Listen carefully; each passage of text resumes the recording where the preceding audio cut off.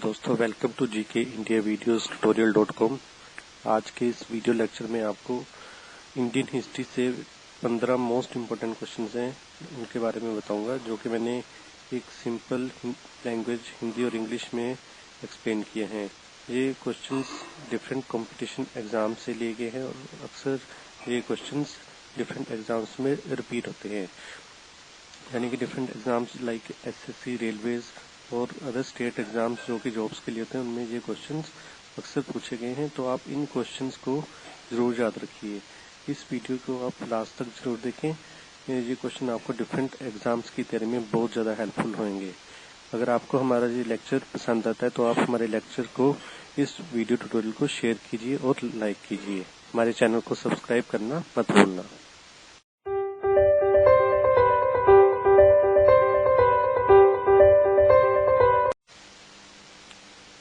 तो दोस्तों, आज का इंडियन हिस्ट्री का हमारा जो फर्स्ट क्वेश्चन है वो ये है कि इंडस वैली सिविलाइजेशन और हड़प्पन सिविलाइजेशन का जो मोस्ट इम्पोर्टेंट फीचर था वो कौन सा था। तो इसका आंसर है टाउन प्लानिंग, यानी कि इंडस वैली सिविलाइजेशन के जो लोग थे वो टाउन की जो प्लानिंग करते थे वो बहुत ही तरीके से करते थे। यानी कि उनकी जो टाउन की सड़कें होती थी वो काफ़ी चौड़ी होती थी, चौराहे का ध्यान रखते थे, कहाँ पे चौराहा होना चाहिए। घरों के ऊपर जब घर बनाते थे तो उनमें कितनी खिड़कियां होनी चाहिए, यानी वो अपने टाउन की प्लानिंग, घरों की प्लानिंग बहुत ही तरीके से करते थे। तो इस तरह टाउन प्लानिंग हड़प्पन सिविलाइजेशन का एक बहुत ही इम्पोर्टेंट फीचर था। दोस्तों, हमारा आज का नेक्स्ट क्वेश्चन है कि इंडस वैली सिविलाइजेशन की किस लोकेशन पर ग्रेट बाथ को डिस्कवर किया गया था। तो इसका आंसर मोहनजोदारो है, जहाँ पर ग्रेट बाथ को डिस्कवर किया गया था। ये काफी इम्पोर्टेंट क्वेश्चन है, तो इसको जरूर याद रखना चाहिए। दोस्तों, आज का हमारा नेक्स्ट क्वेश्चन है कि वैदिक पीरियड के समय में ट्रेजरर यानी खजांची को किस नाम से जाना जाता था। तो इसका दोस्तों आंसर है संग्रहेता। ये क्वेश्चन काफी एग्जाम्स में पूछा गया है, तो इसलिए मैंने इसको 20 मोस्ट इम्पोर्टेंट क्वेश्चंस में इंक्लूड किया है। आज का हमारा नेक्स्ट क्वेश्चन है महात्मा बुद्ध और गौतम बुद्ध को एनलाइटनमेंट किस प्लेस पर मिली थी, यानी कि उन्हें ज्ञान की प्राप्ति किस जगह पर प्राप्त हुई थी। तो इसका आंसर है उरुविला प्लेस, जो कि बोध गया के नाम से जाना जाता है। वहाँ पर उन्हें ज्ञान की प्राप्ति पीपल के ट्री के नीचे हुई थी। में इस ज्ञान की प्राप्ति 35 ईयर्स की एज पर बोध गया में हुई थी। तो इसका आंसर आपको उर्विला और बोध गया दोनों याद। दोस्तों, हमारा आज का नेक्स्ट क्वेश्चन है सेकंड बुद्धिस्ट काउंसिल को किस जगह पर ऑर्गेनाइज किया गया था। ये भी काफी इम्पोर्टेंट क्वेश्चन है और कई बार एग्जाम में पूछा गया है। तो दोस्तों, इसका आंसर याद रखें। सेकंड बुद्धिस्ट काउंसिल को 383 BC यानी बिफोर क्राइस्ट ईस्वी में वैशाली में ऑर्गेनाइज किया गया था।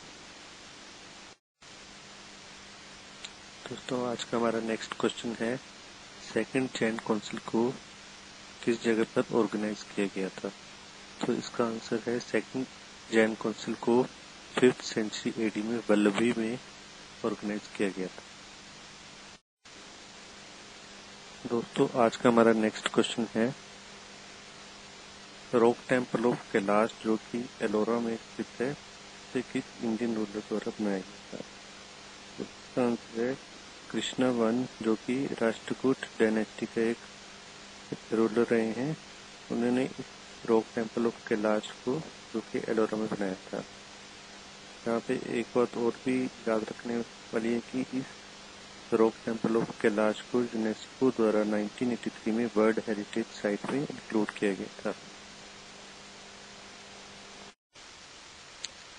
दोस्तों, आज का हमारा नेक्स्ट क्वेश्चन है कि दिल्ली सल्तनत के किस रूलर ने जिले लाई का टाइटल एज्यूम किया था। दोस्तों, इसका आंसर बलबन है, जो कि स्लेव डायनेस्टी का राजा था। दोस्तों, आज का हमारा नेक्स्ट क्वेश्चन है कि दिल्ली सल्तनत का कौन सा राजा अपने राज्यकाल में इम्पोर्टेंट मार्केट रिफॉर्म्स लेकर आया था।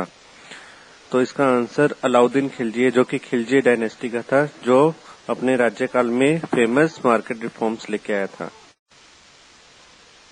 दोस्तों, आज का हमारा नेक्स्ट क्वेश्चन है कि किस लड़ाई ने भारत में मुगल साम्राज्य की नींव रखी थी, और which battle led the foundation of Mughal empire in India. So the answer is first battle of Panipat, यानी कि पानीपत की पहली लड़ाई, जो कि 1526 ईस्वी में हुई थी। इसमें बाबर ने इब्राहिम लोदी को हराया था और भारत में मुगल साम्राज्य की नींव रखी थी। दोस्तों, आज का हमारा नेक्स्ट क्वेश्चन है कि किस मुगल एम्परर की डेथ लाइब्रेरी की स्टेयरकेस से एक्सीडेंटली गिरने की वजह से हुई थी। तो दोस्तों, इसका आंसर है मुगल एम्परर हुमायूं की death by accidentally he fell from the stairs of his library, तो उसकी वजह से इसकी डेथ हुई थी। दोस्तों, आज का हमारा नेक्स्ट क्वेश्चन है कि किस दिल्ली रूलर की डेथ पोलो खेलते समय घोड़े से गिरने से हुई थी।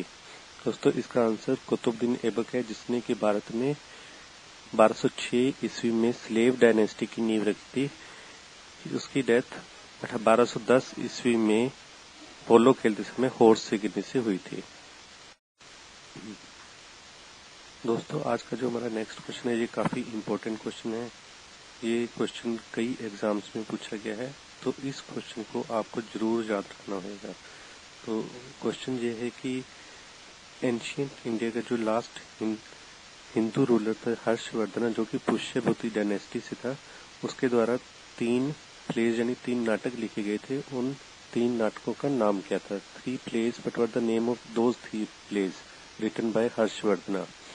दोस्तों, जो हर्षवर्धन द्वारा 3 प्लेज लिखे गए थे, उनके नाम थे रत्नावली, नागनंदनम एंड प्रियदर्शिका।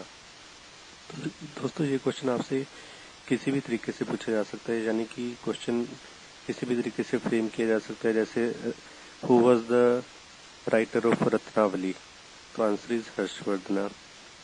सो आपको ऐसे भी हो सकता है कि 4 चॉइसेस दी हो सकती हैं, जैसे कि out of these 4 which play was not written by Harshvardhan, जैसे रत्नावली, नागनंदनम, प्रियदर्शिका, और एक चॉइस और देगी, तो आपको उस चॉइस को एक्सक्लूड करना होगा। तो आपको ये 3 नाम याद रखने होंगे कि जो कि हर्षवर्धन द्वारा ये 3 प्लेस लिखे गए थे। दोस्तों, आज का हमारा नेक्स्ट क्वेश्चन है कि किस मुगल एम्परर द्वारा मनसबदारी का सिस्टम शुरू किया गया था। तो इसका आंसर है अकबर है, जिसने 1596 ईस्वी में मनसबदारी सिस्टम को शुरू किया था।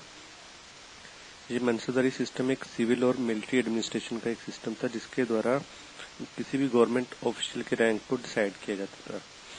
हर जो कि उस समय में सिविल या मिलिट्री ऑफिशियल होते थे, उसको एक मनसब का अधिकार दे दिया जाता था, यानी किसी एरिया के ऊपर एक अधिकार दिया जाता था, जो कि अपने मनसब यानी कि एरिया से रेवेन्यू इकट्ठा करते थे।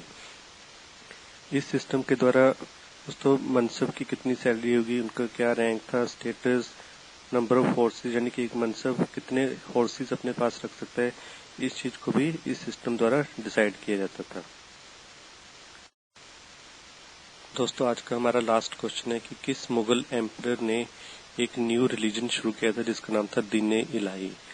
दोस्तों, इसका आंसर है मुगल एम्परर अकबर ने 1582 ईस्वी में एक न्यू रिलीजन शुरू किया था, जिसे उसने दीन इलाही का नाम दिया था। वो अपने समय के जितने डिफरेंट रिलीजन्स थे, उनको उनके जो बेस्ट एलिमेंट्स थे, उन सभी को जोड़ के उन्होंने एक नया रिलीजन बनाया था, जिसमें उन्होंने डिफरेंट रिलीजन्स यानी कि हिंदुइज्म, क्रिश्चियनिटी थी, जो ज़ोरेस्ट्रियनिज्म, सभी के जो बेस्ट एलिमेंट्स थे उनको मिलाकर एक न्यू सिस्टम, न्यू रिलीजन शुरू किया था, जिसे दीन इलाही के नाम से जाना जाता है।